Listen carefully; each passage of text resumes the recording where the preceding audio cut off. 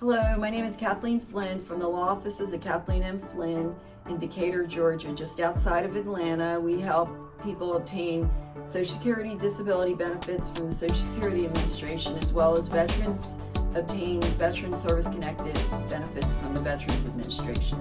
Today I'll be focusing on how to prepare for a Social Security disability hearing. Typically, a Social Security disability hearing will last anywhere from 45 minutes to an hour.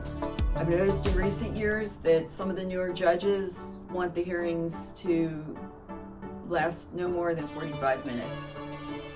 In some cases, my associate or I have had to ask for supplemental hearings because a judge may spend most of the 45 minutes asking a claimant about his or her past relevant work, that's any work performed in the last 15 years, or some other questions about conditions and symptoms. And this leaves us, as the attorney questioning our client, little time to develop the case. So we have to ask for a supplemental hearing provided the client consents.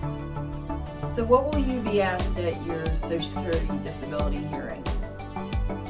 It depends on who starts the questioning. Some judges like to take charge of the hearing and ask the questions initially. Other judges allow the attorney to start the questioning. Typically you're asked identification information, your last grade attended school, your date of birth, when you last worked, why the job ended, then your prior work activity covering 15 years may be discussed, and why you can't perform that work today.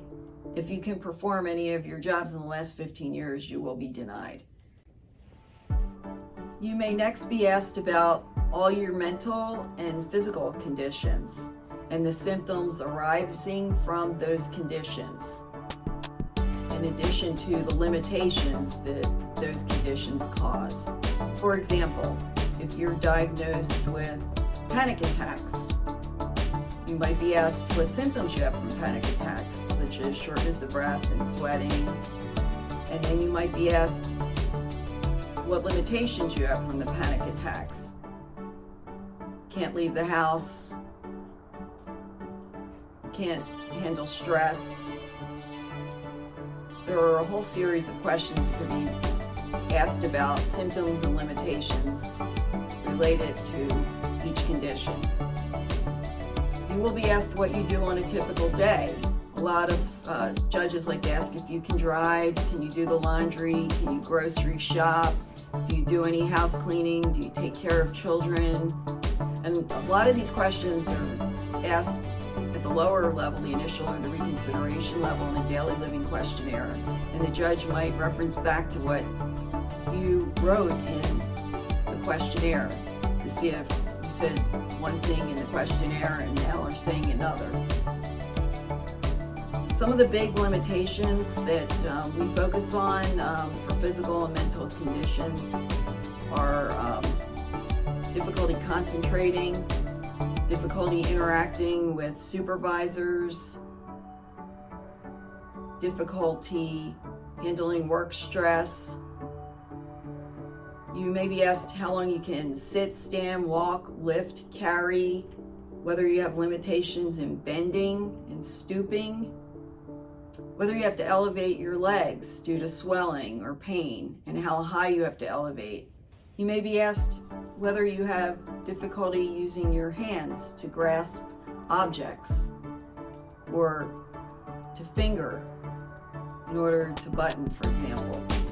Whether you have difficulty reaching out in front or overhead or to the sides. This is just a broad overview of the type of limitations you may be asked about. Now, this is a good opportunity for your attorney who's read the file thoroughly to bring out anything in the file that needs to be addressed. For example, I had a client with substance abuse in her file, and the file noted that she went to bars and played pool. So we had to address that, and fortunately we did, because it was brought up in the hearing. Or I had another client, and this happens unfortunately when clients can't afford to get to the doctor or fill their medication, who may have gaps in treatment or not have medication. The Social Security Administration considers good cause reasons for not pursuing treatment or medication, and one is inability to afford it. Some other questions that might be asked are, what medications are you taking and what side effects do you have? I've never won a case based on side effects of medication. However, it is something that has to be considered in a decision, and if it isn't, it's appealable error. You may be asked about your treating doctors or psychiatrists and whether or not they were willing to fill out paperwork for your disability hearing. You may want to present a witness, and some judges routinely will decline the request and ask, will the witness provide cumulative information or corroborative information? And in that case, they'll say that the claimant, him or herself, testified to the same information that the witness may provide. I try to stand firm on asking for a witness, particularly if a client requests it. If the judge doesn't want to take the time for witness, the judge may ask for a statement after the hearing, which obviously isn't as helpful as an in-person account of the claimant's symptoms and limitations and difficulties performing activities of daily living. I hope you found this overview of what to expect in the hearing helpful, and stay tuned for future videos. And if you need help with an SSI, SSDI case for an adult or child, or help with the service-connected veterans case, please call us at the law offices of Kathleen and Flynn, LLC at 404-479-4431.